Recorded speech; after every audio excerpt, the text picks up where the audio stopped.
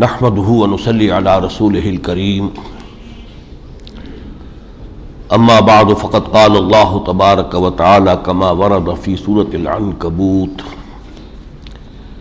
اعوذ بالله من الشيطان الرجيم بسم الله الرحمن الرحيم اتل ما اوحي اليك من الكتاب واقم الصلاة ان الصلاة تنهى عن الفحشاء والمنكر ولذكر الله اکبر واللہ یعلم ما تصنعون ولا تجادلوا اہل الکتاب الا باللتی ہی احسن الا الذین ظلموا منہم وقولوا آمنا بالذی انزل الینا وانزل الیکم والہنا والہکم واحد ونحن له مسلمون وکذالک انزلنا الیک الکتاب فالذین آتیناہم الکتاب یؤمنون به ومن هؤلاء من یؤمن به وما يجحد بآياتنا إلا الكافرون صدق الله العظيم رب اشرح لي صدري ويسر لي أمري واحلل عقدة من لساني يفقهوا قولي اللهم ربنا ألهمنا رشدنا وأعذنا من شرور أنفسنا اللهم أرنا الحق حقا وارزقنا اتباعه وأرنا الباطل باطلا وارزقنا اجتنابه آمين يا رب العالمين۔ سورہ عنکبوت کے بارے میں یہ کل عرض کر چکا ہوں کہ مکی دور میں جو شدید ترین آزمائش کا وقت مسلمانوں پر آیا تھا وہ سن 4 اور 5 نبوی یعنی وحی کے آغاز کے بعد سے چوتھا اور 5واں سال، شدید ترین پرسیکیوشن اس دور میں ہوا ہے مسلمانوں کا، خاص طور پر نوجوان اور ان سے بھی بڑھ کر جو غلاموں کا طبقہ تھا وہ اس کا نشانہ ظلم و ستم بنا ہے۔ ان حالات میں جو مسائل پیدا ہوئے اس کے ضمن میں سورہ عنکبوت نہایت اہمیت کی حامل ہے۔ پہلا رکوع جیسا کہ ہم کل پڑھ چکے ہیں اس کی 13 آیات بہت قیمتی ہدایات پر مشتمل ہے۔ اس کے بعد 3 رکوعوں میں انبیاء اور رسل کے حوالے سے کچھ باتیں آئی ہیں، لیکن آپ نے دیکھا کہ قرآن مجید میں جب یہ چیزیں ریپیٹ ہوتی ہیں تو ہر جگہ کوئی نہ کوئی حکمت کا کوئی نیا موتی جو ہے وہاں موجود ہوتا ہے، یہ خالص ریپیٹیشن نہیں ہے۔ اب جو آخری 3 رکوع ہیں ان میں جس طرح سورہ بقرہ میں ہم نے دیکھا تھا نصف آخر میں 4 مضامین کی لڑیاں تھیں جو آپس میں بٹی ہوئی تھیں، ایک کے بعد دوسرا، دوسرے کے بعد تیسرا، چونکہ وہ بٹی ہوئی تھی لڑیاں لہذا اگر کوئی نیلی تھی کوئی لال تھی تو کوئی نیلی اور کوئی لال متواتر نظر نہیں آتی تھی، ابھی نیلا نظر آیا پھر لال نظر آیا پھر ہرا نظر آیا۔ یہی صورت تھی سورہ نساء کی بھی اور سورہ مائدہ کی بھی، اور یہی نئی صورت ہے سورہ عنکبوت کے ان 3 رکوعوں کی۔ ان میں 2 مضامین کی لڑیاں ہیں۔ مسلمانوں کو تو ہدایات دی جا رہی ہیں، 10 ہدایات اس میں ہے، نوٹ کر لیجئے گا کہ اس حالت ابتلا میں، آزمائش میں، مصیبت میں تمہیں کیا کرنا چاہیے، تمہاری قوت کا منبع اور سرچشمہ کیا ہے، تمہارا صبر کا سہارا کیا ہے۔ اور ساتھ ہی جو مشرکین عرب تھے، چونکہ ابھی تو یہ 4واں 5واں سال ہے نبوت کے بعد، آغاز وحی کے بعد، لہذا وہ رد و قدح جو ہے اس میں بھی موجود ہے۔ تو ایک لڑی وہ ہے جس میں خطاب ہے مشرکین سے، ان کے اعتراضات کے جوابات، ان کو دعوت، اور دوسری لڑی وہ ہے جس میں کہ مسلمانوں سے خطاب۔ اتل ما اوحی الیک من الکتاب، تلاوت کیا کرو اس کی جو وحی کی گئی ہے آپ کی جانب کتاب میں سے۔ بظاہر خطاب واحد کا ہے حضور سے، لیکن اصل میں مسلمانوں سے خطاب ہے۔ یہ میں بتا چکا ہوں آپ کو، مکی صورتوں میں خطاب واحد سے ہوتا ہے حضور سے، اور آپ کی وساطت سے تمام مسلمان وہاں پر مخاطب ہوتے ہیں۔ وَأَقِمِ الصَّلَاةَ، اور نماز کو قائم رکھو، إِنَّ الصَّلَاةَ تَنْهَىٰ عَنِ الْفَحْشَاءِ وَالْمُنكَرِ، یقیناً نماز جو ہے وہ روکتی ہے بے حیائی کے کاموں سے اور برے کاموں سے۔ وَلَذِكْرُ اللَّهِ أَكْبَرُ، اللہ کا ذکر سب سے بڑی شے ہے، یعنی اس راستے میں استقامت جو ہے وہ در حقیقت ذکر اللہ کے ذریعے سے ہی ممکن ہے۔ اللہ یاد رہے، مستحضر رہے۔ ذکر کہتے ہیں استحضار اللہ فی القلب، اللہ کو دل میں مستحضر رکھنا، یہ ذکر ہے، اللہ کا ذکر۔ یہ جو ہم جس چیز کو ذکر کہتے ہیں وہ ذریعہ ذکر ہے، سبحان اللہ سبحان اللہ سبحان اللہ، یہ ذریعہ ذکر ہے تاکہ اللہ ہمارے دل کے اندر مستحضر رہے۔ لیکن اگر یہ کہ یہ ایک میکینیکل ایکٹ ہو رہا ہو، تسبیح ہو رہی ہے، تحمید ہو رہی ہے 1000 دانے کی، لیکن وہ ادھر شعوری جو ہے اس میں اللہ کی طرف رجحان نہیں ہے، تو پھر وہ ذکر نہیں ہے، وہ ایک یوں سمجھیے کہ ایک عبادت تو ہے، اس کا ثواب ملے گا، لیکن ذکر کی جو تاثیر ہوتی ہے وہ نہیں ملے گی۔ پھر یہاں ذکر کی سب سے بڑی شکل کیا؟ قرآن، الذکر جسے کہا گیا، یہ ہم نے سورہ ہجر میں نوٹ کیا، پھر سورہ نحل میں نوٹ کیا، الذکر دی ریممبرنس، یہ تو قرآن ہے۔ تو سب سے پہلے تو ذکر الہی کا ذریعہ جو ہے وہ تلاوت قرآن ہے۔ پھر نماز کو قائم رکھنا ہے۔ نماز یہ ایک جامع ذکر ہے، اس میں آپ قرآن بھی پڑھتے ہیں، سورہ فاتحہ، وَلَقَدْ آتَيْنَاكَ سَبْعًا مِنَ الْمَثَانِي وَالْقُرْآنِ الْعَظِيمِ، ہر رکعت میں، پھر کچھ اور قرآن مجید کی آیات۔ مزید یہ کہ یہ آپ کا رکوع اور سجود یہ بھی ذکر ہے، یہ عملی ذکر ہے، اللہ کے سامنے اپنی عاجزی کا اظہار ہو رہا ہے۔ تو ذکر جو ہے سب سے بڑی شے۔ اس کے بعد ذکر کی دو شکلیں اور ہیں۔ ایک تیسری شکل ہے ادعیہ معصورہ، جو حضور سے ثابت ہے، زندگی کے ہر کام کو کرتے ہوئے کوئی نہ کوئی دعا آپ مانگتے تھے۔ ابھی صبح آنکھ کھلی ہے، دعا ہے الحمدللہ الذی احیانی بعد ما اماتنی والیہ النشور۔ آپ قضاء حاجت کے لیے بیت الخلاء میں داخل ہو رہے ہیں، دعا ہے اللہم انی اعوذ بک من الخبث والخبائث۔ فراغت ہو گئی ہے، باہر آئے ہیں الحمدللہ الذی اذھب عنی الاذی وعافانی۔ زندگی کا ہر کام اس کے ساتھ دعا ہے، اور یہ نیچرل ذکر ہے، اور اس میں کوئی اضافی وقت لگتا نہیں، کام تو وہی آپ کر رہے ہیں، جس کو پنجابی میں کہتے ہیں کہ ہتھ کارول دل یارول، زبان جو ہے اس پر اللہ تعالیٰ کی جو ذکر کے کلمات جاری ہیں، کام اپنا ہو رہا ہے۔ گھر سے نکلے دعا ہے، مسجد میں داخل ہوئے دعا ہے، مسجد سے باہر آئے دعا ہے، بازار میں داخل ہوئے دعا ہے، واپس آئے دعا، دعا ہر کام۔ آئینہ دیکھا دعا ہے، کپڑے پہنے دعا ہے، یہاں تک کہ تعلق زن و شو، بیوی کے ساتھ ہم بستری سے پہلے بھی دعا ہے۔ کوئی عمل نہیں ہے کہ جس کے ساتھ دعا نہ ہو۔ یہ تیسری شکل ہے، ذکر کثیر اسی کو کہیں گے۔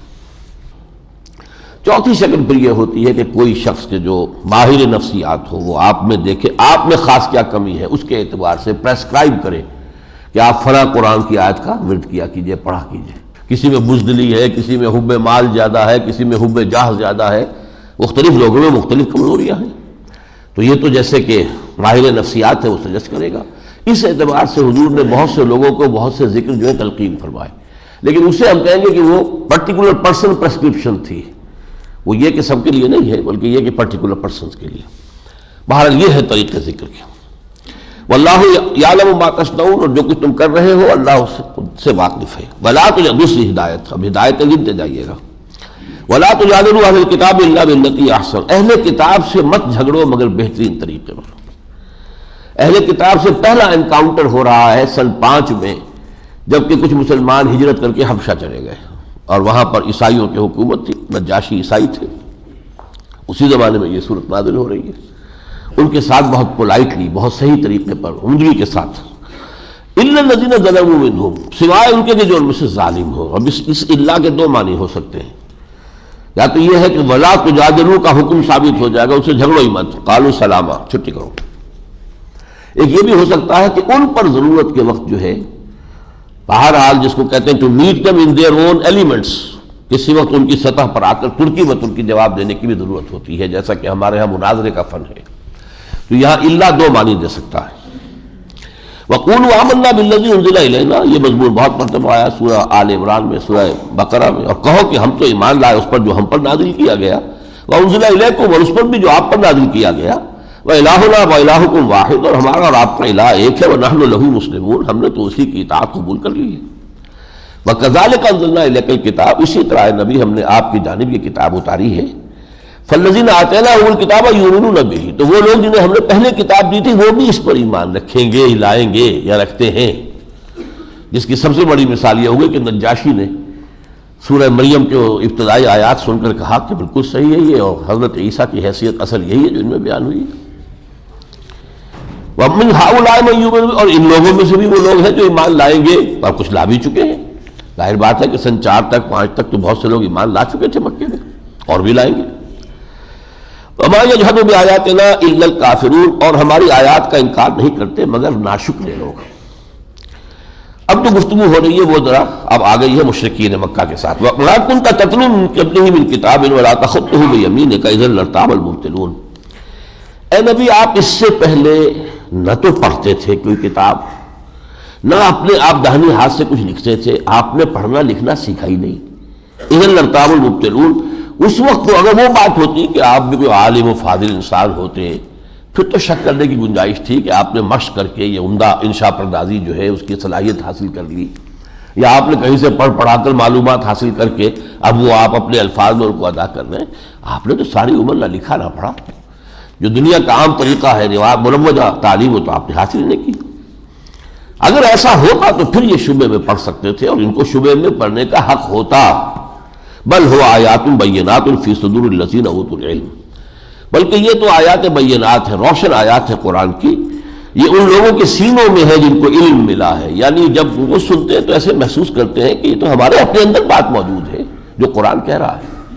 جیسے میں نے آپ کو علامہ ابن قیم کا قول سنایا تھا کہ بہت سے لوگ قرآن کے پڑھنے والے ایسے ہیں کہ جب قرآن پڑھتے تو وہ یہ نہیں سمجھتے کہ ہم اس مصحف میں سے پڑھ رہے ہیں، یہ سمجھتے ہیں، انہیں احساس ہوتا ہے کہ ہمارے لوح قلب پر لکھا ہوا سب کچھ اور وہاں سے ہم پڑھ رہے ہیں۔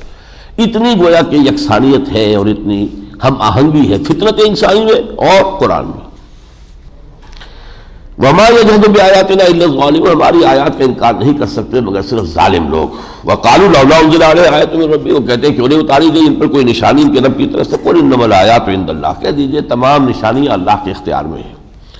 وانما انا نذیر مبین، میں تو ایک صرف واضح اور صریح خبردار کر دینے والا ہوں۔ اولم یکفیہم انا انزلنا علیک الکتاب، اگر ان نشانی درکار ہے تو کیا کافی نہیں ہے ان کے لیے کہ ہم نے آپ پر یہ کتاب نازل کر دی ہے، یتلا علیہم، جو انہیں پڑھ کر سنائی جا رہی ہے۔ ان فی ذلک رحمتا وذکری لقوم یؤمنون، یقیناً اس میں رحمت ہے اور یاد دہانی ہے ان لوگوں کے لیے جو ماننے والے ہیں۔ قل کفی باللہ بینی وبینکم شہیدا، کہہ دیجیے اللہ میرے تمہارے درمیان کافی ہے بطور گواہ۔ یعلم ما فی السماوات والارض، وہ جانتا ہے جو کچھ آسمانوں میں اور زمین میں۔ والذین آمنوا بالباطل وکفروا بالحق باللہ اولئک هم الخاسرون، جو باطل پر ایمان لائیں گے اور اللہ کا انکار کریں گے وہی خسارے میں رہیں گے۔ وَيَسْتَعْجِلُونَكَ بِالْعَذَابِ وَلَوْلَا أَجَلٌ مُّسَمًّى لَجَاءَهُمُ الْعَذَابُ، اور یہ جلدی مچا رہے لے آؤ عذاب، یہ جس کی ہمیں دھمکی سنا رہے ہو کئی سال ہو گئے، لے آؤ اسے۔ وَيَسْتَعْجِلُونَكَ بِالْعَذَابِ وَلَوْلَا أَجَلٌ مُّسَمًّى، اگر وقت معین نہ ہوتا کہ کتنی مہلت انہیں دی جانی ہے، لَجَاءَهُمُ الْعَذَابُ، تو عذاب آ چکا ہوتا۔ وَلَيَأْتِيَنَّهُم بَغْتَةً، جب وہ آئے گا تو اچانک آئے گا، وَهُمْ لَا يَشْعُرُونَ، گمان بھی نہیں ہوگا۔ انہیں کیا پتا تھا جب بدر کی طرف جا رہے تھے کہ عذاب کی طرف جا رہے ہیں؟ وہ تو بڑے ڈھول دمکے کے ساتھ، بڑے شان و شوکت کے ساتھ جا رہے تھے، یوم الفرقان ہوگا، اب پتہ چل جائے گا کون حق پر ہے۔ وہ تو اپنی فتح کے نشیب و سرشار تھے۔ یستعجلونک بالعذاب، دوبارہ دوہرایا، یہ جلدی مچا رہے ہیں عذاب کی۔ وَإِنَّ جَهَنَّمَ لَمُحِيطَةٌ بِالْكَافِرِينَ، اور جہنم تو ان کافروں کا احاطہ کیے ہوئے ہی ہے، یہ نظر نہیں آ رہی انہیں۔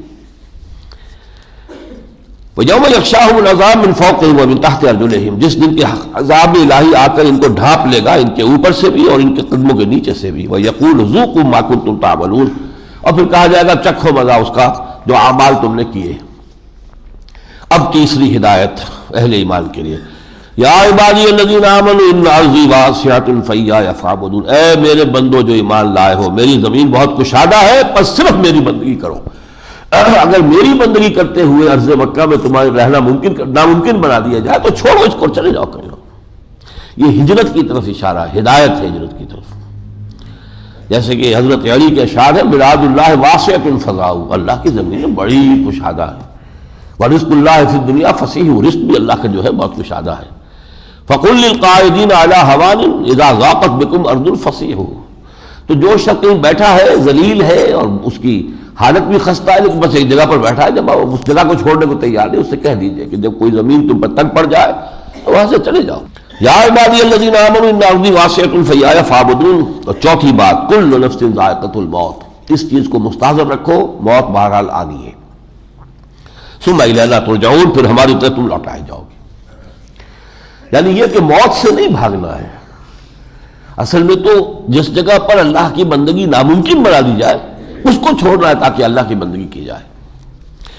پانچویں بات، والذین آمنوا وعملوا الصالحات لنبوئنہم من الجنۃ غرفا تجری من تحتہا الانہار خالدین فیہا نعم اجر العاملین، اور وہ لوگ جو ایمان لائے اور نیک عمل کرتے رہے، ہم لازماً ان کو ٹھکانہ دیں گے جنت کے بالا خانوں میں، جن میں ایک تیر کے نیچے دامن میں ندیاں بہتی ہوں گی، اور وہ اس میں ہمیشہ ہمیشہ رہیں گے۔ نعم اجر العاملین، بہت ہی عمدہ اجر ہوگا یہ عمل کرنے والوں کا۔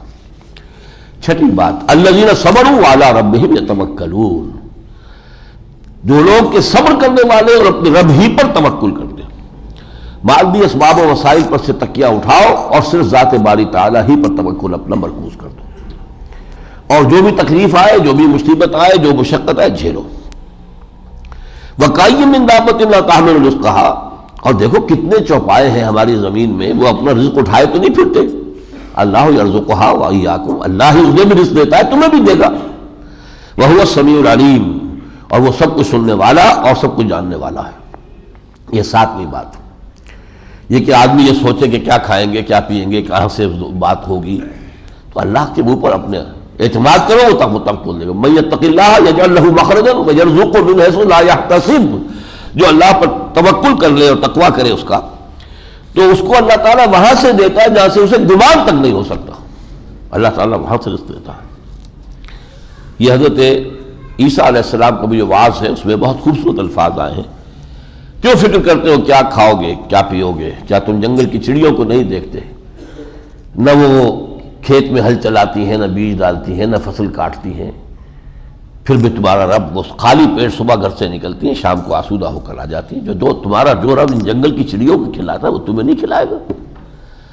اور کیوں فکر کرتے ہو کیا پہنو گے؟ تم جنگل کی سوسن کو نہیں دیکھتے کہ وہ نہ کوئی کاٹتی ہے، نہ بنتی ہے، نہ کوئی لباس بناتی ہے، لیکن جیسا خوشنما لباس اس کو اللہ نے عطا کیا ہے ویسا تو سلیمان بھی ملبس نہ تھا، سلیمان کو بھی وہ لباس میسر نہیں تھا جو اللہ نے ان پھولوں کو لباس عطا کیا ہوا ہے۔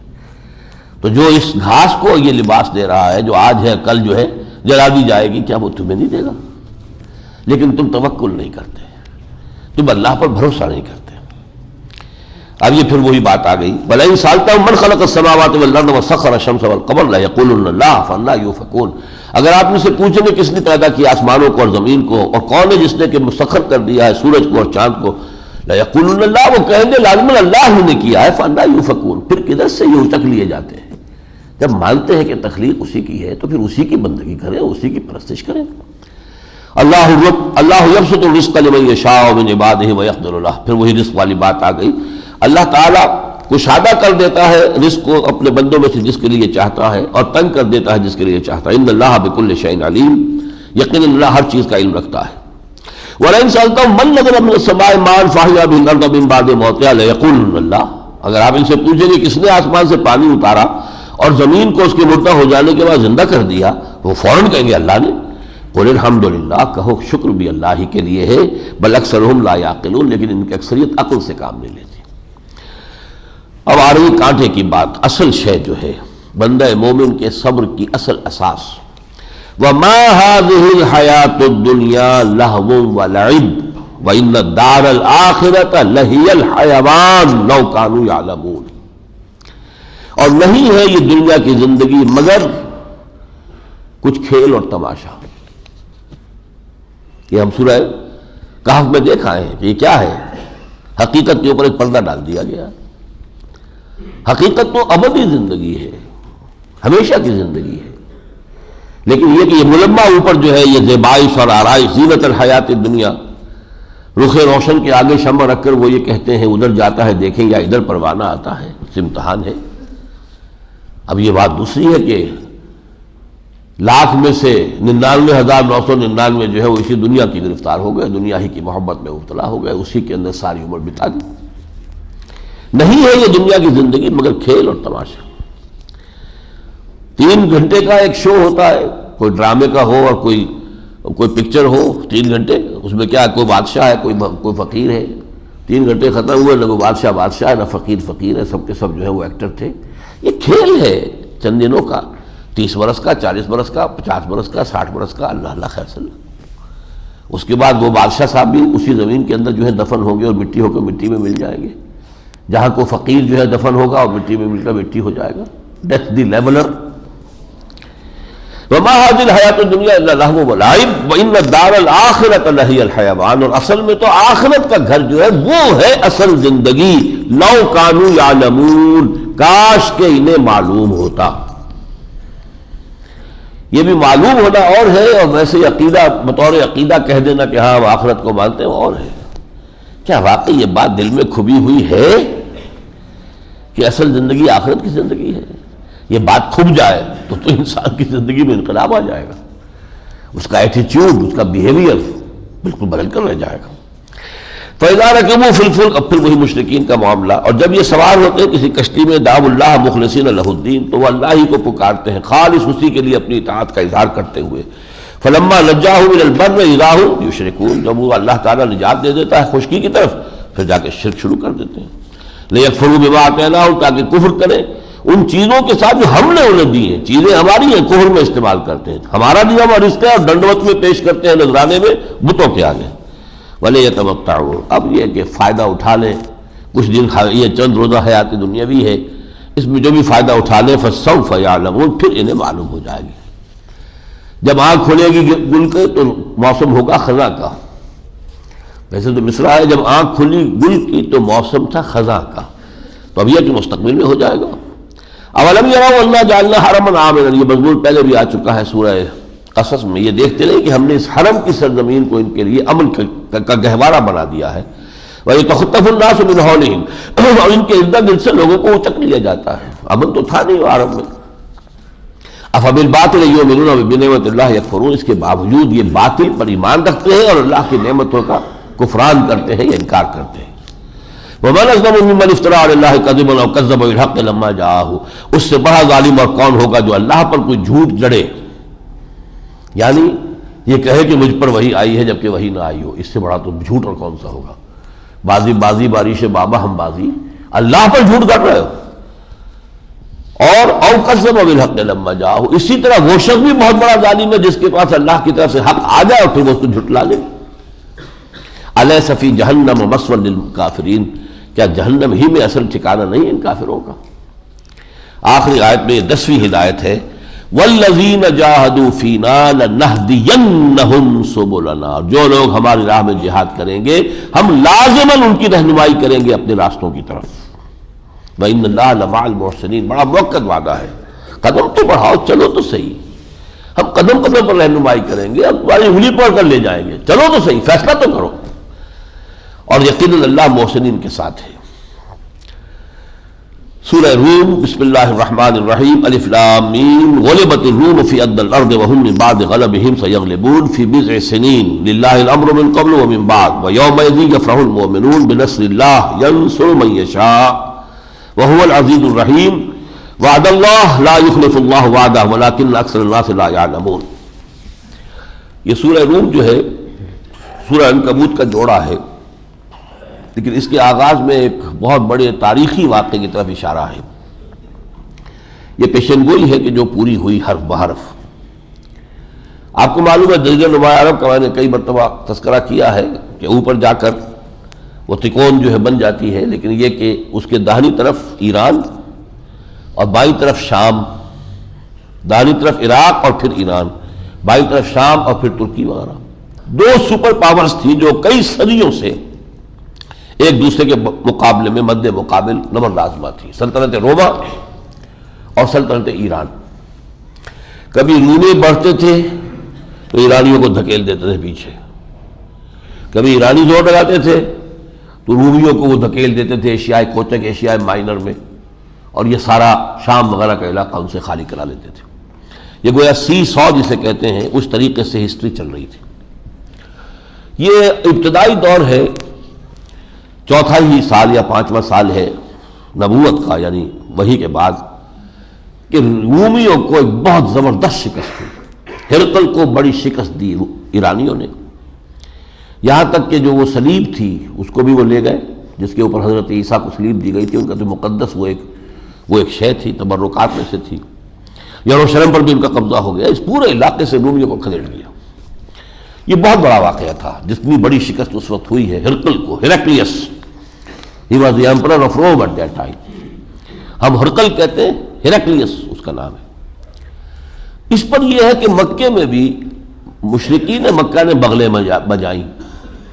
دیکھو یہ ایرانی تو آتش پرست ہیں، وہ تو ہمارے قریب ہوئے، ہم بتوں کو پوجتے ہیں، اور یہ رومی ہے عیسیٰ کے ماننے والے عیسائی، یہ تمہارے قریب ہے مسلمانوں، تم عیسیٰ کو مانتے ہو، لہذا دیکھو ہمارے ساتھیوں نے تمہارے ساتھیوں کو شکست دے دی۔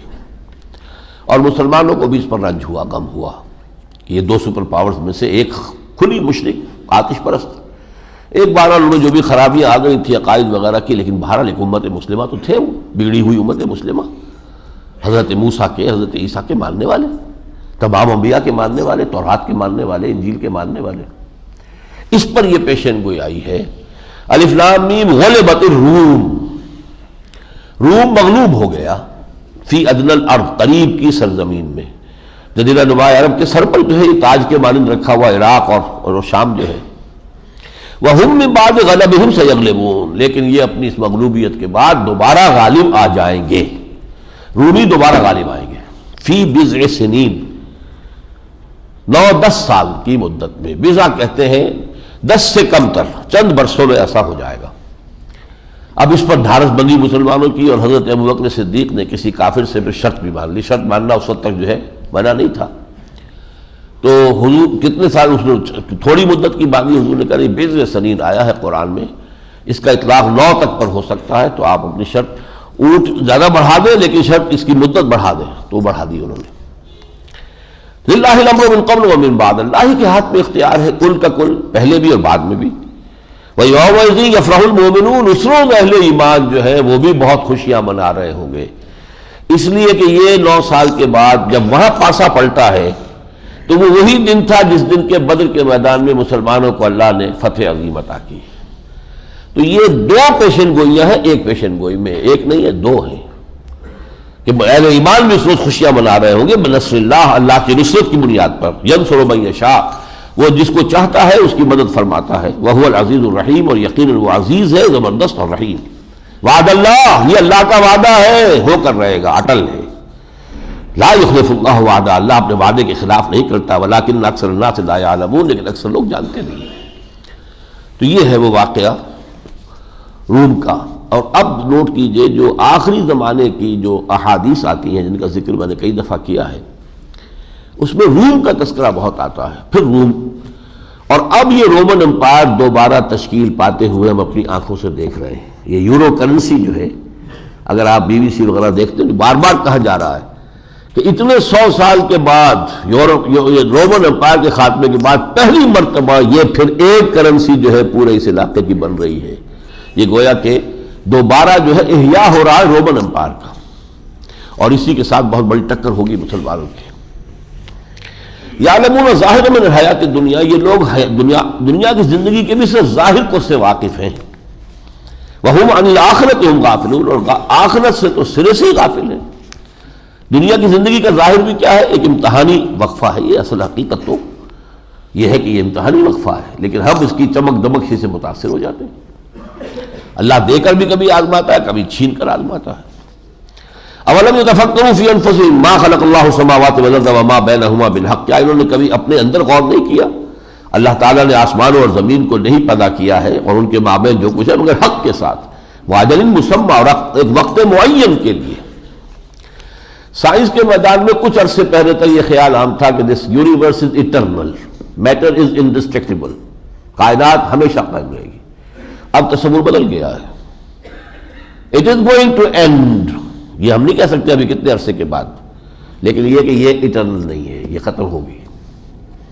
اجل مسمى، قرآن کہتا ہے ایک وقت معین تک کے لیے۔ وَإِنَّ كَثِيرًا مِّنَ النَّاسِ بِلِقَاءِ رَبِّهِمْ لَكَافِرُونَ، اور یقیناً لوگوں میں سے بہت سے ہیں جو اپنے رب کے ساتھ ملاقات کا انکار کرتے ہیں۔ اولم یسیروا فی الارض فینظروا کیف کان عاقبۃ الذین من قبلہم، تو کیا انہوں نے زمین میں سفر نہیں کیے کہ یہ دیکھتے کہ کیسا انجام ہوا جن سے پہلے تھے ان کا؟ کانوا اشد منہم قوۃ واثاروا الارض وعمروها، وہ ان سے کہیں بڑھ کر تھے طاقت میں، اور انہوں نے آباد کیا تھا زمین کو اور اس کے اندر ہل چلائے تھے، اکثر مما عمروها، ان سے کہیں زیادہ بڑھ کر۔ جاءتهم رسلهم بالبینات، ان کے پاس بھی ان کے رسول آئے واضح نشانی اور دعوت کے ساتھ۔ فما كان الله ليظلمهم ولكن كانوا انفسهم يظلمون، تو اللہ ان پر ظلم کرنے والا نہیں تھا بلکہ خود انہوں نے اپنی جانوں پر ظلم اٹھایا۔ ثم كان عاقبۃ الذين اساءوا السوء ان كذبوا بآيات اللہ، پھر انجام ہوا ان لوگوں کا جنہوں نے بری روش اختیار کی تو برا انجام ہوا کہ انہوں نے جھٹلایا اللہ کی آیات کو، وكانوا بها يستهزئون، اور وہ ان کا استہزاء کرتے رہے۔ اب اس کے بعد جو مکی صورتوں کے عام مضامین ہیں انہی کی جو ایک دوبارہ آ رہی ہے یہاں پہ، میں اس کو چھوڑ رہا ہوں ایک رکوع کو۔ اب تیسرا رکوع لیجئے، یہاں میں خاص طور پر اس لیے پڑھ رہا ہوں اس تیسرے رکوع کو، ورنہ اس میں بھی مضامین وہی ہے، لیکن اس میں آیات ہی کی جو تکرار ہوئی ہے، جیسے کل ہم نے دیکھا تھا سورۃ النمل میں الہ مع اللہ، اسی طریقے سے ہر جگہ پر ایک خاص ایک اسلوب نیا ہے۔ فرمایا وَمِنْ آیَاتِهِ أَنْ خَلَقَكُم مِّن تُرَابٍ ثُمَّ إِذَا أَنْتُمْ بَشَرٌ تَنْتَشِرُونَ، اللہ کی آیات میں سے یہ بھی ہے اے لوگوں کہ اس نے تمہیں مٹی سے بنایا، اب تم انسان بن گئے ہو اور چلتے پھرتے ہو زمین میں۔ وَمِنْ آیَاتِهِ أَنْ خَلَقَ لَكُم مِّنْ أَنفُسِكُمْ أَزْوَاجًا، اور یہ اس کی نشانیوں میں سے ہے کہ اس نے تمہاری نوع ہی سے تمہاری بیویاں بنائیں، لِتَسْكُنُوا إِلَيْهَا، تاکہ تم سکون حاصل کرو ان کے ذریعے، وَجَعَلَ بَيْنَكُم مَّوَدَّةً وَرَحْمَةً، اور تمہارے مابین مودت اور رحمت پیدا کر دی۔ دو بالکل اجنبی، ہمارے ہاں تو ارینج میرجز ہوتی ہیں، کوئی پہلے سے کوئی نہ دیکھا والا کچھ بھی نہیں، لیکن یہ کہ اللہ تعالیٰ ان کے ماں باپ کیسی محبت پیدا کر دیتا ہے۔ ان فی ذلک لآیات لقوم یتفکرون، اس میں آیتیں ہیں، نشانیاں ہیں ان لوگوں کے لیے جو غور و فکر سے کام لیں۔ ومن آیاتہ خلق السماوات والارض واختلاف السنتکم والوانکم، اس کی نشانیوں میں سے آسمان و زمین کی تخلیق اور تمہاری زبانوں اور تمہارے رنگوں کا مختلف ہونا۔ ان فی ذلک لآیات للعالمین، اس میں نشانیاں ہیں سمجھنے والے لوگوں کے لیے۔ وَمِنْ آیَاتِهِ مَنَامُكُم بِاللَّيْلِ وَالنَّهَارِ، اور اس کی نشانیوں میں سے ہے سلاتا ہے تم کو رات کو اور دن میں، وَابْتِغَاؤُكُم مِّن فَضْلِهِ، اور دن کے وقت میں تمہارا فضل کو تلاش کرنا اللہ کے۔ إِنَّ فِي ذَلِكَ لَآيَاتٍ لِقَوْمٍ يَسْمَعُونَ، اس میں ہیں آیتیں ان لوگوں کے لیے جو سنتے ہیں۔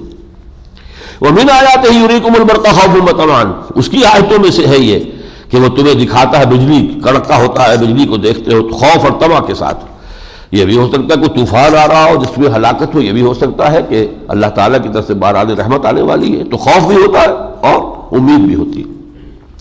وَيُنَزِّلُ مِنَ السَّمَاءِ مَاءً، اور پھر وہ اتارتا ہے آسمان سے پانی، فَيُحْيِي بِهِ الْأَرْضَ بَعْدَ مَوْتِهَا، اور پھر زندہ کر دیتا ہے زمین کو اس کے مردہ ہونے کے بعد۔ إِنَّ فِي ذَلِكَ لَآيَاتٍ لِقَوْمٍ يَعْقِلُونَ، اس میں ہے نشانیاں عقل سے کام لینے والوں کے لیے۔ وَمِنْ آیَاتِهِ أَن تَقُومَ السَّمَاءُ وَالْأَرْضُ بِأَمْرِهِ، یہ اس کی نشانیوں میں سے ہے کہ زمین اور آسمان اس کے حکم سے قائم ہے۔ ثم اذا دعاكم دعوة، پھر جب وہ تمہیں پکارے گا بس ایک ہی مرتبہ کا پکارنا، من الارض اذا انتم تخرجون، تو تم زمین سے نکل پڑو گے۔ اللہ کی ایک پکار ہوگی، سور کا ایک مرتبہ کا پھونکا جانا ہوگا اور تم قبروں سے باہر نکل آؤ گے۔ وَلَهُ مَن فِي السَّمَاوَاتِ وَالْأَرْضِ، اور اسی کے لیے ہے سب کچھ، اسی کا ہے جو کچھ کہ ہے آسمانوں میں اور زمین میں۔ كُلٌّ لَهُ قَانِتُونَ، سب اس کے سامنے فرما برداری کے انداز میں اس کی اطاعت کر رہے ہیں۔ وَهُوَ الَّذِي يَبْدَأُ الْخَلْقَ ثُمَّ يُعِيدُهُ، وہی ہے جس نے ابتدا کی خلق کی اور پھر وہی اعادہ کرے گا۔ وَهُوَ أَهْوَنُ عَلَيْهِ، اور دوبارہ کرنا تو اس کے لیے زیادہ آسان ہے۔ یہ دلیل ہے، دیکھیے کسی کام کو پہلی مرتبہ کرنا مشکل ہوتا ہے کہ دوسری مرتبہ کرنا، جب ایک مرتبہ کر لیا تو اب تو آسان ہو گیا۔ وَهُوَ أَهْوَنُ عَلَيْهِ، وہ تو اس پر زیادہ آسان ہے، ہلکا ہے۔ وَلَهُ الْمَثَلُ الْأَعْلَىٰ فِي السَّمَاوَاتِ وَالْأَرْضِ، اس کے لیے بڑی اونچی شانیں ہیں آسمانوں میں اور زمین میں۔ وَهُوَ الْعَزِيزُ الْحَكِيمُ، وہ زبردست ہے کمال حکمت والا۔ اگلے رکوع کے تقریباً وسط میں اب دیکھیے آیت 30، فَأَقِمْ وَجْهَكَ لِلدِّينِ حَنِيفًا، تو اے نبی آپ اپنے چہرے کو سیدھا رکھیے، قائم رکھیے دین کی طرف بالکل یکسو ہو کر، دائیں بائیں ادھر ادھر متوجہ نہ ہو۔ اور یہ دین کون سا ہے؟ یہ بہت اہم مقام ہے۔ فطرت اللہ التی فطر الناس علیہا، یہ اللہ کی فطرت ہے جس پر کہ اللہ نے انسانوں کو بنایا ہے۔ فطرت اللہ، کیوں؟ روح جو ہے وہ امر اللہ ہے۔ یسألونک عن الروح قل الروح من امر ربی، تو اس روح نے جو ہمیں جو چیزیں دی ہیں جو ہمارے اندر ہے، یہ دوسری بات ہے، ہماری توجہ ہی نہیں اس کی طرف، لیکن وہ ہے درحقیقت دین فطرت۔ فطرت اللہ التی فطر الناس علیہا لا تبدیل لخلق اللہ، اللہ کے تخلیق میں کوئی تبدیلی نہیں ہو سکتی۔ ذالک الدین القیم، یہی ہے سیدھا اور قائم دین۔ جب اللہ کا ہے تو اسی کی اطاعت، اسی کی عبادت، اسی کی بندگی۔ ولکن اکثر الناس لا یعلمون، لیکن اکثر لوگ جانتے نہیں ہیں۔ منیبین الیہ، اسی کی طرف رجوع کرو، واتقوہ، اس کا تقوی اختیار کرو، واقیموا الصلاۃ ولا تکونوا من المشرکین، اور نماز قائم رکھو اور دیکھنا مشرکین میں سے نہ ہو جانا۔ کون مشرک؟ یہ اہم ترین مقامات میں سے قرآن مجید کے مشرک کون؟ ان الذین فرقوا دینہم وکانوا شیعا کل حزب بما لدیہم فرحون، جنہوں نے اپنے دین کو پھاڑ کر ٹکڑے ٹکڑے کر دیا اور گروہوں میں تقسیم ہو گئے۔ دین کی ایک حقیقت کو کوئی ایک فرقہ لے اڑائے کچھ ورق لالے نے، کچھ نرگس نے، کچھ گل نے، چمن میں ہر طرف بکھری ہوئی ہے داستان میری۔ دین کی ایک حقیقت کو وہ لے گئے، دین کی دوسری حقیقت کو وہ لے گئے، وہ کل دین، ایک دین بحیثیت کل، ان ٹوٹیلٹی دین تو وہ ہے، اور اجزاء اس کے کر دیے گئے۔ اس کا نتیجہ یہ ہوا کہ اب وہ مختلف گروہ میں بٹے ہوئے ہیں، اور جس کے پاس جو حصے میں آیا وہ اسی پر وہ اترا رہا ہے کہ یہ ہے اصل دین۔ اب ایک حلقہ ذکر کے، وہ فکر سے خالی، انہیں نہ سیاست سے دلچسپی، نہ حکومت کے نظام سے دلچسپی، ان کا کام ذکر ہی ذکر ہے۔ ایک حلقہ ہے وہ اپنی ذاتی انفرادی نیکیوں میں اور تبلیغ خاص سطح پر، اس میں کتنا مگن ہے، 30 لاکھ آدمی جمع ہو جاتے ہیں، لیکن انہیں نہ ملک کے نظام سے کوئی غرض ہے، نہ قانون کس کا چل رہا ہے اس سے بحث ہے، اس کے لیے کچھ کرنا ہے کہ نہیں کرنا ہے اس کو دلچسپی نہیں۔ دین کا ایک ٹکڑا وہ لے گئے، دین کا ایک ٹکڑا وہ لے گئے۔ کچھ لوگوں نے عشق رسول ہی کا ٹکڑا لے لیا، ایک بوٹی لے کے بیٹھ گئے اپنے پاس، وہ سارا دین ان کا وہی ہے۔ اب اس کے اندر بھی بدعات بھی ہیں، اس میں نئی نئی رسومات بھی ہیں۔ کچھ لوگ توحید کو لے کر بیٹھ گئے، لیکن انہوں نے کچھ دوسری چیزوں سے نگاہیں بند کر دی ہیں۔ عقیدے کی توحید تو ان کے سامنے ہے، لیکن یہ مادہ پرستی والی توحید جو ہے، اور یہ جو ہے غیر اللہ کی حاکمیت والا شرک، وہ ان کی نگاہ میں نہیں ہے۔ تو یہ ہے دین کے ٹکڑے کر دیے گئے، اڑائے کچھ ورق لالے نے، کچھ نرگس نے، کچھ گل نے، چمن میں ہر طرف بکھری ہوئی ہے داستان میری۔ من الذین فرقوا دینہم وکانوا شیعا، جنہوں نے اپنے دین کے ٹکڑے کر دیے، پھاڑ دیا۔ فرق کا لفظ آیا تھا، جو فرق سے فا سے عام طور پر جو الفاظ بنتے ہیں، فطر ہے، فلق ہے، فرق ہے، یہ سب ہے کسی چیز کو پھاڑنا۔ فالق الفلق، فالق الحب والنوا۔ اب آگے چلیے اس رکوع کا آخری حصہ، فآت ذی القربى حقہ، تو قرابت داروں کو ان کا حق ادا کرو، والمسکین، اور مسکین کو، وابن السبیل، اور مسافر کو، ذالک خیر للذین یریدون وجہ اللہ، یہی حقیقت میں بہتر ہے ان لوگوں کے لیے جو حقیقتاً اللہ کی رضا کے جویا ہیں۔ یریدون وجہ اللہ، اللہ کے چہرے کے امیدوار ہیں، یعنی اس کی رضا کے، کہ اللہ ہم سے راضی ہو جائے۔ وَأُولَٰئِکَ هُمُ الْمُفْلِحُونَ، اور یہی لوگ ہیں جو فلاح پانے والے۔ اب یہ ایک آیت آ رہی ہے جو مکی قرآن میں سود کی شناخت اور سود کی مذمت کے اوپر بڑی اہم آیت ہے، ورنہ اصل معاملات تو پھر آئے ہیں مدنی صورتوں میں، سورہ بقرہ میں وہ آیات ہم پڑھ چکے ہیں۔ وَمَا آتَيْتُم مِّن رِبًا لِيَرْبُوَ فِي أَمْوَالِ النَّاسِ، جو تم دیتے ہو سود پر کہ وہ بڑھے لوگوں کے مال میں، فلا یربو عند اللہ، وہ اللہ کے نزدیک نہیں بڑھتا۔ وما آتیتم من زکات، اور جو تم دیتے ہو زکات اور صدقہ، تریدون وجہ اللہ ہے، جس سے کہ تم چاہتے ہو کہ اللہ راضی ہو جائے، فاولئک هم المضعفون، تو وہ لوگ ہیں کہ جو دونے چوگنے کر لیتے ہیں اپنے پیسوں کے، ان کو جو کچھ اللہ کے ہاں جا کر ملے گا وہ تو بہت گنا ہوگا، وہ بڑھا ہوا ہوگا۔ یعنی اصل میں قرآن مجید سود کو صدقات کے مقابلے میں لاتا ہے۔ اس کی وجہ کیا ہے؟ دیکھیے سارا فلسفہ جو بینکنگ کا چلتا ہے، سیو سیو سیو سیو کرو، سیو کرو، سیو کرو، سیو کر کے کیا کرو، ہمیں دے دو اور ہم آپ کو سود دیں گے، سیونگ بینک۔ قرآن کہتا ہے جو سیو کر لیا ہے یہ تو ہے ہی مساکین کا حصہ ہے، تمہاری ضرورت سے زائد ہے، بجائے اس کے کہ اس کو تم مزید کمانے کے لیے لگاؤ، دو غربا کو، یتامہ کو، مساکین کو اللہ کے دین کو دے دو۔ وہ سرپلس ہے تمہارے پاس، وہ سرپلس اس لیے نہیں ہے کہ اس کو مزید کمانے کا ذریعہ بناؤ، بلکہ وہ سرپلس اس لیے کہ اس سے اللہ تعالیٰ کی رضا حاصل کرو۔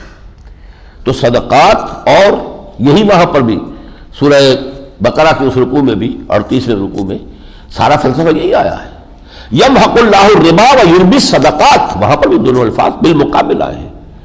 اللہ تعالیٰ مٹا دیتا ہے سود کو، سود کے ذریعے سے جو معیشت بنتی ہے اس میں ان امپلائمنٹ ریٹ بڑھتا چلا جائے گا، انفلیشن بڑھتی چلی جائے گی، جیسے جیسے ان امپلائمنٹ بڑھے گی، انفلیشن بڑھے گی، بینک انٹرسٹ کا ریٹ بھی بڑھتا چلا جائے گا۔ ایسا وشس سرکل ہے، ادھر سے بینک انٹرسٹ کا ریٹ بڑھے گا، ادھر سے ان امپلائمنٹ بڑھے گی، اس لیے کہ ظاہر بات ہے جب لوگوں کو پیسے وہاں رکھ کر مل رہا ہے، وہ خام کا رسک لے کاروبار کریں بیٹھ کر، کہے کے لیے کاروبار کم کریں گے تو لوگوں کے لیے امپلائمنٹ کہاں سے آئے گی؟ اگر وہاں ان کے لیے راستہ کھلا ہوا ہے کہ رکھے بینک کے اندر اور وہاں سے ان کو جو ہے نفع ملتا رہے، جسے وہ نفع کہتے ہیں، سود لیتے رہیں، تو پھر خام کا کو انویسٹ کریں گے، محنت کا کو کریں گے؟ محنت کی کمی ہوگی، اور پھر جب سرمایہ کاری کم ہوگی تو ظاہر بات ہے کہ امپلائمنٹ کم ہو جائے گی۔ دوبارہ فرمایا یہی سورہ اسی سورت میں آیت نمبر 43 میں فاقم وجہک للدین القیم، تو بس قائم رکھو اپنے چہرے کو اس دین قیم کے لیے، اس دین کو قائم کرنا اپنی زندگی کا مقصد بناؤ۔ یہ آگے چل کر آ جائے گا اقیم الدین، ظاہر بات ہے اقیم الدین کیسے ہوگا؟ پہلے خود اپنے آپ کو دین پر قائم کرو، اپنے چہرے کو دین کی طرف یکسو ہو کر لو۔ ایسے افراد جنہوں نے اپنا چہرہ اللہ کی طرف کر لیا ہو، انی وجہت وجہی للذی فطر السماوات والارض حنیفا، پھر وہ جڑ کر ایک جماعت بنے، اور یہ جماعت باطل کے لیے کوڑا بنے اور باطل کو ختم کرے، اپنی جانیں بھی دیں۔ فیقتلون ویقتلون، وہ قتل کرتے بھی ہیں، قتل ہوتے بھی ہیں، صحابہ نے جانیں دی ہیں۔ بالآخر جاء الحق وزهق الباطل ان الباطل كان زهوقا، حق آ گیا اور باطل پسپا ہو گیا۔ فاقم وجهك للدين القيم من قبل ان ياتي يوم لا مرد له من الله، اس سے پہلے کہ اللہ کے حکم سے وہ دن آ جائے کہ پھر جو کوئی کبھی لوٹایا نہیں جا سکے گا۔ یوم یصدعون، اس روز یہ پھٹ جائیں گے علیحدہ علیحدہ گروہوں میں۔ من کفر فعلیہ کفرہ، جنہوں نے کفر کیا ہوگا ان پر ان کے کفر کا وبال آ جائے گا۔ ومن عمل صالحا فلانفسهم يمهدون، اور جو نیک کام کر کے لائے ہوں گے تو انہوں نے بہرحال اپنے ہی لیے یہ سارا اپنا ہی بستر بچھایا ہے، جنت میں جو بستر بچھا ہوا ہے ان کے لیے وہ انہوں نے خود دنیا میں بچھایا ہے اپنے نیک اعمال سے۔ لیجزی الذین آمنوا وعملوا الصالحات من فضلہ انہ لا یحب الکافرین، تاکہ اللہ تعالیٰ بدلہ دے ان لوگوں کو جو ایمان لائے، جو نیک عمل کیے اپنے فضل سے، اور یقیناً وہ کافروں کو پسند نہیں کرتا۔ آیت 47 وَلَقَدْ أَرْسَلْنَا مِن قَبْلِكَ رُسُلًا إِلَىٰ قَوْمِهِمْ، اس سے پہلے بھی ہم نے، اے نبی آپ سے پہلے بھی ہم نے بہت سے رسول بھیجے ہیں ان کی قوموں کی طرف۔ فَجَاءُهُم بِالْبَيِّنَاتِ، وہ آئے ان کے پاس واضح تعلیمات کے ساتھ۔ فَانْتَقَمْنَا مِنَ الَّذِينَ أَجْرَمُوا، پھر ہم نے انتقام لیا ان لوگوں سے جنہوں نے کہ جرم کی روش اختیار کی۔ وَكَانَ حَقًّا عَلَيْنَا نَصْرُ الْمُؤْمِنِينَ، اور یہ تو ہم پر واجب تھا کہ ہم اہل ایمان کی مدد کرتے۔ یہ اللہ کا وعدہ ہے رسولوں کے ساتھ۔ کتب اللہ لأغلبن انا ورسلی، اللہ نے فیصلہ کر دیا میں اور میرے رسول غالب آ کر رہیں گے۔ آگے چلیے آیت 52 فإنک لا تسمع الموتى، اے نبی آپ نہیں سنا سکتے ان مردوں کو، ان کی روحیں مر چکی ہیں، اب یہ چلتے پھرتے مقبرے ہیں۔ تو یہ مردہ کیوں کہتا ہے قرآن نے؟ ابو جہل مردہ تھا؟ نہیں تو زندہ تھا، لیکن اس کے اندر کا انسان مر چکا تھا، اس کا جو روحانی وجود تھا وہ مر چکا تھا۔ تو اے نبی آپ ان مردوں کو نہیں سنا سکتے، اپنے آپ کو ہلکان نہ کیجئے۔ ولا تسمعوا صم الدعاء، اور نہ ہی آپ بہروں کو سنا سکتے اپنی پکار۔ اذا ولوا مدبرین، جبکہ وہ پیٹھ موڑ کر بھی چل دیں۔ بہرا آدمی ہو، چلیے آپ کو دیکھ رہا ہے تو آپ کچھ اشاروں سے سمجھا لیں گے، بہرا بھی ہے کم تو پیٹھ موڑ کر چل بھی دیا تو اب آپ کیا کریں گے؟ اس کا کیا سمجھائیں گے اور کیا اس تک بات پہنچائیں گے؟ وما انت بہادی العمی عن ضلالتہم، اور آپ ان اندھوں کو ان کی گمراہی سے نکال کر ہدایت میں نہیں لا سکتے۔ ان تسمعوا الا من یؤمن بآیاتنا، آپ سنا سکتے ہیں انہی کو جو ہماری آیات پر ایمان لائے۔ فہم مسلمون، اور یقیناً وہی ہے کہ جو پھر سر تسلیم خم کرتے ہیں۔ وَلَقَدْ ضَرَبْنَا لِلنَّاسِ فِي هَذَا الْقُرْآنِ مِنْ كُلِّ مَثَلٍ، ہم نے تو اس قرآن میں لوگوں کی ہدایت کے لیے ہر طرح کی مثالیں بیان کر دی۔ وَلَئِنْ جِئْتَهُمْ بِآیَةٍ، اور اگر نبی جیسے کہ یہ کہہ رہے ہیں اور آپ کے دل میں بھی خیال آتا ہے کبھی کوئی معجزہ دکھائی دیا جائے تو کیا حرج ہے۔ وَلَئِنْ جِئْتَهُمْ بِآیَةٍ، اگر آپ وہ معجزہ کو دکھا بھی دیں گے لَيَقُولَنَّ الَّذِينَ كَفَرُوا إِنْ أَنْتُمْ إِلَّا مُبْطِلُونَ، تو یہ کہیں گے یہ کافر لوگ کہ یہ تو تم نے کوئی بات بنا لی ہے، گھڑ لی ہے، جھوٹ بنایا ہوا ہے، یہ تم نے ہماری نظر بندی کر دی ہے، یہ اس کو کچھ تھا، حقیقت نہیں ہے۔ كَذَلِكَ يَطْبَعُ اللَّهُ عَلَىٰ قُلُوبِ الَّذِينَ لَا يَعْلَمُونَ، اسی طرح اللہ تعالیٰ مہر لگا دیا کرتا ہے ان لوگوں کے دلوں پر کہ جو علم سے خالی ہوتے ہیں۔ فَاصْبِرْ، بس اے نبی صبر کیجئے، ان وعد اللہ حق، اللہ کا وعدہ سچا ہے۔ وَلَا يَسْتَخِفَّنَّكَ الَّذِينَ لَا يُوقِنُونَ، اور دیکھیے آپ کو ہلکا نہ کر دیں یہ لوگ کہ جو یقین نہیں رکھتے، یعنی ان کے دباؤ میں آ کر کہیں آپ کے پا استقامت کے اندر آپ کے کوئی لغزش پیدا نہ ہو، آپ کو ہلکا نہ کر دیں، یعنی ایسا نہ ہو کہ آپ کے اندر کمزوری کسی وجہ سے پیدا ہو جائے، ان کے پریشر کی وجہ۔ جمے رہیے اور عزم اور صبر اور ثبات اور استقامت کا کوہ ہمالیہ بنے رہیے۔ سورۃ لقمان، اب یہ دو سورتیں جو ہیں یہ جوڑا ہے آپس میں، سورہ لقمان، سورہ سجدہ۔ بسم اللہ الرحمن الرحیم، الف لام میم، تلک آیات الکتاب الحکیم، یہ ایک حکمت بھری کتاب کی آیات ہیں۔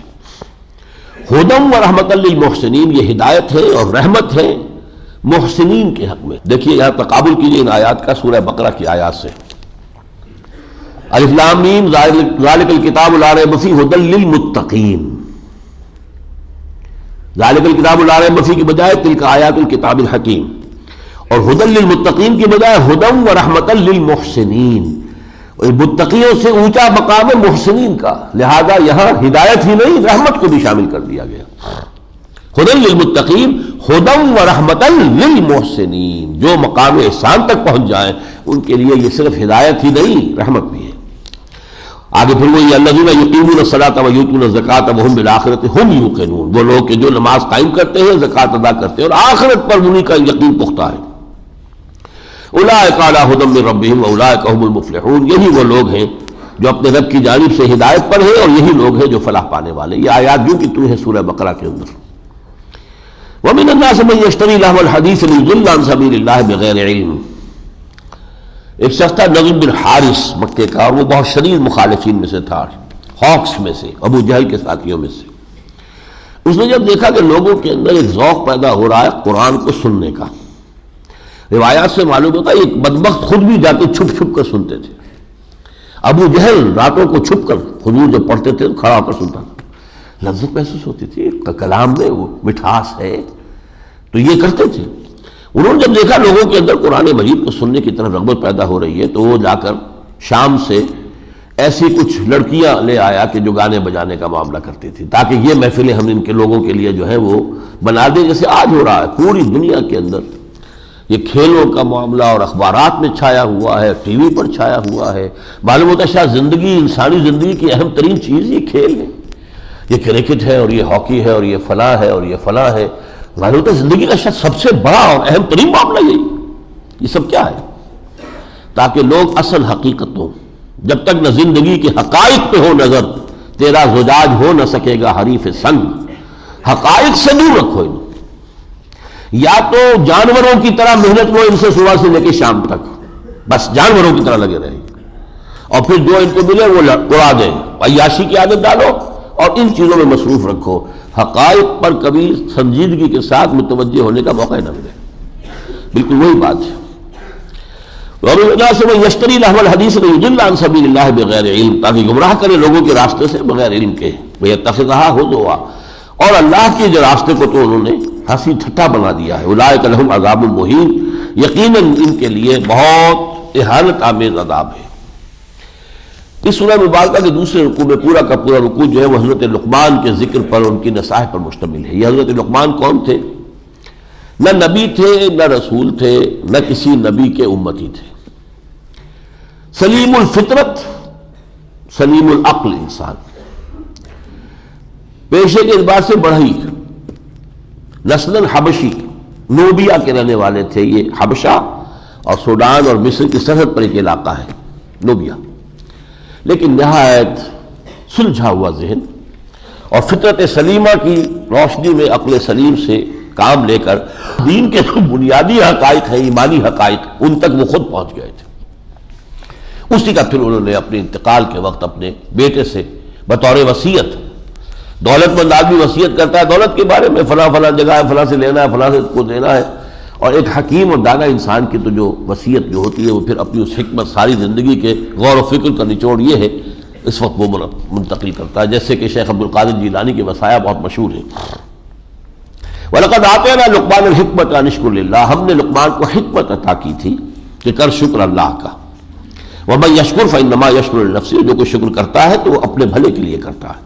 وَمَن كَفَرَ فَإِنَّ اللَّهَ غَنِيٌّ حَمِيدٌ، جو کفران نعمت سے کام لیتا ہے، ناقدری کرتا ہے، ناشکری کرتا ہے، تو اللہ بے نیاز ہے، حمید ہے، اپنی ذات میں خود محمود ہے، اسے کسی حمد کی بھی ضرورت نہیں۔ وَإِذْ قَالَ لُقْمَانُ لِابْنِهِ وَهُوَ يَعِظُهُ، یاد کرو جب کہ کہا تھا لقمان نے اپنے بیٹے سے، اور وہ اسے نصیحت کر رہے تھے، یا بنی لا تشرک باللہ، پہلی بات تو یہ کہ اے میرے بچے اللہ کے ساتھ شرک ہرگز نہ کرنا، ان الشرک لظلم عظیم، یقیناً شرک بہت بڑا ظلم ہے۔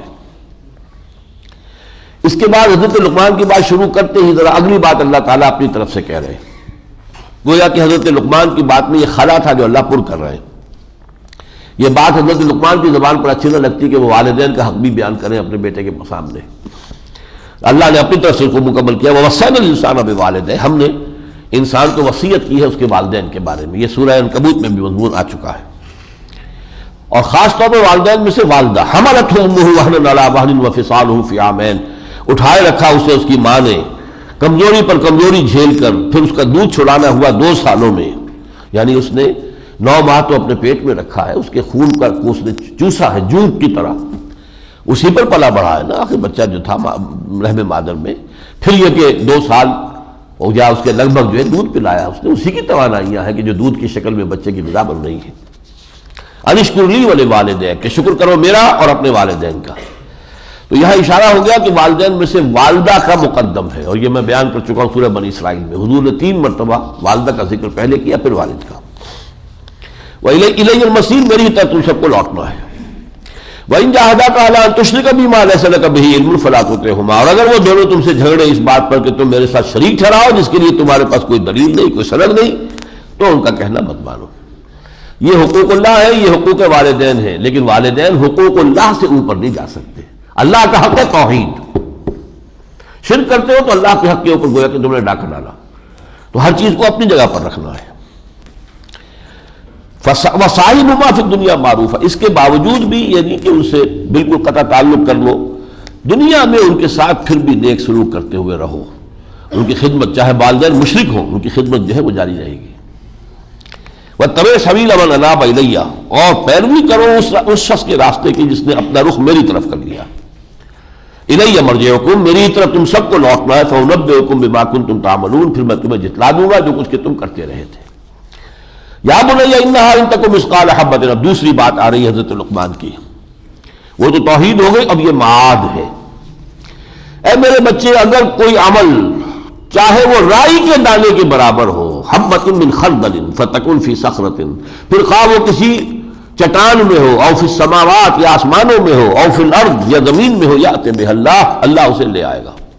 ان اللہ لطیف خبیر, یقیناً اللہ لطیف ہے, باریک بین ہے, خبیر ہے, باخبر ہے. یعنی یہ کہ اعمال انسانی ضائع جانے والی چیزیں نہیں ہیں, ان کا بھرپور بدلہ ملے گا. بھلائی کا بدلہ بھلا اور برائی کا بدلہ برا. یا بنی اقم الصلاۃ وامر بالمعروف وانہی عن المنکر واصبر علی ما اصابک.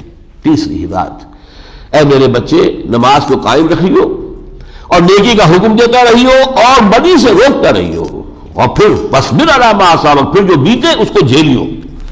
اس لیے کہ نہیں عن المنکر بڑا کڑوا کام ہے, لوگوں کو اچھا نہیں لگتا, اس پر تمہیں تکلیفیں آئیں گی, ریزنٹمنٹ ہوگی, آزمائشیں ہوگی. پھر یہ کہ کردار کا تقاضا, کریکٹر کا تقاضا یہ کہ ڈٹ جاؤ اور صبر کرو اور جھیلو. ان ذالک من عزم الامور, یقیناً یہ بڑے ہمت کے کاموں میں سے ہے. اور آخری وہی جو میانہ روی کی شکل اور تکبر سے احتراز. ولا تصعر خدک للناس, اپنے گال پھلا کر نہ رکھو لوگوں کے لیے. بعض لوگ جو ہے ایسا انداز بنا کر رکھتے ہیں کہ ان سے گفتگو کرتے ہوئے ڈر آئے. ولا تمشوا فی الارض مرحا, اور زمین میں اکڑ کر مت چلو. ان اللہ لا یحب کل مختال فخور, اللہ تعالیٰ کو جو یہ فخر کرنے والے شیخ و کھڑے ہوتے ہیں وہ پسند نہیں ہے. واقصد فی مشیک, اپنی چال میں میانہ روی اختیار کرو, چال میں بھی, خرچ میں بھی, ہر چیز میں. واغضض من صوتک, اپنی آواز کو پست رکھو, یعنی خام خواہ اپنی آواز اونچی کر کے اپنی بات میں وزن پیدا کرنے کی کوشش نہ کرو. ان انکر الاصوات لصوت الحمیر, یقیناً تمام آوازوں میں سب سے زیادہ ناگوار آواز جو ہے وہ گدھے کی آواز ہے. اونچی تو وہ بھی بہت ہوتی ہے, تو اونچا ہونا آواز کا یہ کوئی آواز کا حسن نہیں ہے. اگلے رکوع میں سے یہ آیات دیکھیے, آیت نمبر 22. وَمَن يُسْلِمْ وَجْهَهُ إِلَى اللَّهِ وَهُوَ مُحْسِنٌ, جو شخص اپنا چہرہ اللہ کے سامنے سر تسلیم خم کر دے, جھکا دے, وَهُوَ مُحْسِنٌ, اور یہ احسان کے ساتھ ہو, پورے خلوص کے ساتھ, فَقَدْ اسْتَمْسَكَ بِالْعُرْوَةِ الْوُثْقَىٰ, تو اس نے تو پکڑ لیا ہے مضبوط کنڈے کو. یہ الفاظ وہی ہے جو آیت الکرسی کے بعد آئے ہیں سورہ بقرہ میں. وَمَن يَكْفُرْ بِالطَّاغُوتِ وَيُؤْمِن بِاللَّهِ فَقَدْ اسْتَمْسَكَ بِالْعُرْوَةِ الْوُثْقَىٰ وَإِلَى اللَّهِ عَاقِبَةُ الْأُمُورِ, اور یقیناً تمام معاملات کا انجام کار اللہ کے ہاتھ میں ہے. وَمَن كَفَرَ فَلَا يَحْزُنكَ كُفْرُهُ, اور اے نبی جو کفر کرے تو آپ اس کے کفر سے دل رنجیدہ نہ ہو, دل گرفتہ نہ ہو. الینا مرجعہم، ہمارے پاس ہی آنا ہے نا، لوٹ کر جائیں گے کہاں؟ فننبئہم بما عملوا، پھر ہم جتلا دیں گے انہیں جو وہ کرتے رہے تھے۔ ان اللہ علیم بذات الصدور، اللہ تعالیٰ سینوں کے اندر جو کچھ ہے اس سے بھی واقف ہے۔ نمتعہم قلیلا، ہم انہیں تھوڑا سا یہ ساز و سامان دے رہے ہیں، دنیا کی چند روزہ زندگی ہے۔ وما هذه الحیات الدنیا الا لہو و لعب، تو کوئی تھوڑا بہت ہم نے ان کے سامان دے دیا۔ ثم نضطرہم الی عذاب غلیظ، پھر ہم انہیں کشاں کشاں لے جائیں گے اس گاہے عذاب کے اندر۔ اس کے بعد وہ مضمون جو آیا تھا سورہ کہف میں، اب یہاں آیا ہے اور زیادہ اضافی شان کے ساتھ، آیت نمبر 27۔ وَلَوْ أَنَّ مَا فِي الْأَرْضِ مِنْ شَجَرَةٍ أَقْلَامٌ، اگر جتنے بھی درخت ہیں زمین میں سب کے سب قلم بنا دیے جائیں۔ وَالْبَحْرُ، اور جو ہے یہ سمندر اس کے لیے سیاہی کا کام دے۔ وَالْبَحْرُ مِدَادًا لِكَلِمَاتِ رَبِّهِ وَيَمُدُّهُ مِنْ بَعْدِهِ سَبْعَةُ أَبْحُرٍ، اور پھر اس کے بعد مزید 7 سمندر اور جو ہے اس کے اندر شامل کر دیے جائیں۔ مَا نَفِذَتْ كَلِمَاتُ اللَّهِ، اللہ کی کلمات تب بھی ختم نہیں ہو سکے گی۔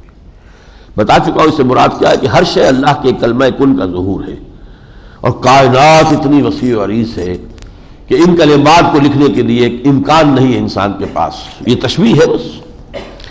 ان اللہ عزیز الحکیم، یقیناً اللہ تعالیٰ زبردست ہے، کمال حکمت والا۔ ما خلقکم ولا بعثکم الا کنفس واحدہ، تمہارا پیدا کرنا پھر تمہارا دوبارہ اٹھا لینا اللہ کے لیے ایسے ہی جیسے ایک جان کا پیدا کر دینا اور ایک جان کا اٹھا لینا۔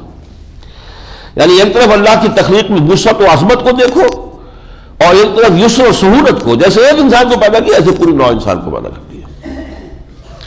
آخری آیات جو ہے اس کی وہ اہم ہے بعض پہلوؤں سے۔ یا ایھا الناس اتقوا ربکم، اے لوگو اللہ کا تقوی اختیار کرو۔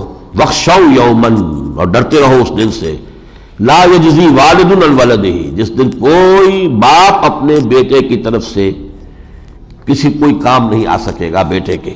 ولا مولود هو جاز عن والدہ شیئا، نہ کوئی بیٹا اپنے باپ کے کام آ سکے گا۔ ان وعد اللہ حق، دیکھو اللہ کا وعدہ سچا ہے۔ فلا تغرنکم الحیات الدنیا، تو تمہیں نہ دھوکے میں ڈال دے دنیا کی زندگی۔ ولا تغرنکم باللہ الغرور، دیکھو تمہیں دھوکے میں مبتلا نہ کر دے وہ دھوکے باز شیطان لعین۔ ان اللہ عندہ علم الساعہ، یہ 5 چیزیں گنوائی گئی ہیں جو اللہ کا خصوصی علم ہے۔ ان میں سے 3 کا انداز اور ہے، 2 کا اور ہے۔ یقیناً اللہ ہی کے پاس ہے علم الساعہ، قیامت کا علم جو کب آئے گا، کب آئے گی۔ وَيُنَزِّلُ الْغَيْثَ، اللہ ہی اتارتا ہے بارش۔ وَيَعْلَمُ مَا فِي الْأَرْحَامِ، اور وہی جانتا ہے جو کچھ کہ ہے رحموں میں، ماں کے پیٹ میں کیا ہے۔ وَمَا تَدْرِي نَفْسٌ مَاذَا تَكْسِبُ غَدًا، اور کوئی نہیں جانتا، کوئی جان نہیں جانتی کہ کل وہ کیا کمائے گی، کل کیا ہوگا، کیا کمائے گی۔ وما تدری نفس بأی ارض تموت، اور کوئی جان نہیں جانتی کہ اس کی موت کس سرزمین میں واقع ہوگی، کہیں سفر پر ہے وہیں موت آ گئی ہے۔ ان اللہ علیم خبیر، یقیناً اللہ تعالیٰ سب کچھ جاننے والا باخبر ہے۔ اب ان میں سے 2 چیزوں کو تو ما تدری سے لایا گیا ہے، وہ تو ہو گیا کیٹیگوریکل ڈینائل، یہ کسی جان کو معلوم نہیں کہ کس جگہ میری موت آئے گی، اور یہ کوئی جان نہیں جانتی کہ کل میں کیا کماؤں گا۔ 3 چیزیں وہ ہیں کہ جن کا علم خصوصی اللہ کو ہے، ان میں سے بھی قیامت کے بارے میں تو قرآن مجید میں بے شمار مرتبہ آیا، کسی کو علم نہیں دیا گیا اس کا۔ لا یجلیھا لوقتھا الا ھو، وہ ہم پڑھ چکے ہیں۔ البتہ رحم مادر میں کیا ہے، وہ آج کل کچھ ایک چیز معلوم ہونے شروع ہو گئی ہے کہ لڑکا ہے یا لڑکی ہے، تو اس سے اس کی کوئی نفی نہیں ہو جاتی، اس لیے کہ قرآن مجید نے ماں کے انداز میں نہیں کہا کوئی نہیں جانتا یہ، بلکہ اللہ جانتا ہے۔ اللہ جانتا ہے تو پازیٹیولی ایک بات کہی گئی ہے، ٹھیک ہے۔ ویسے بھی یہ کہ بچہ جو ہے وہ صرف نر اور مادہ ہونے کے اعتبار سے تو نہیں، یہ بچہ کیسا ہے، ذہین ہے، اس کے اندر کیا صلاحیت ہوگی، سعید ہے، شقی ہے، 100 چیزیں ہوں گی بچے کے بارے میں کہ جو انسان کے علم میں نہیں آ سکتی، یہ اللہ تعالیٰ کا خصوصی علم ہے۔ بارک اللہ لی ولکم فی القرآن العظیم ونفعنی وإیاکم بالآیات والذکر الحکیم۔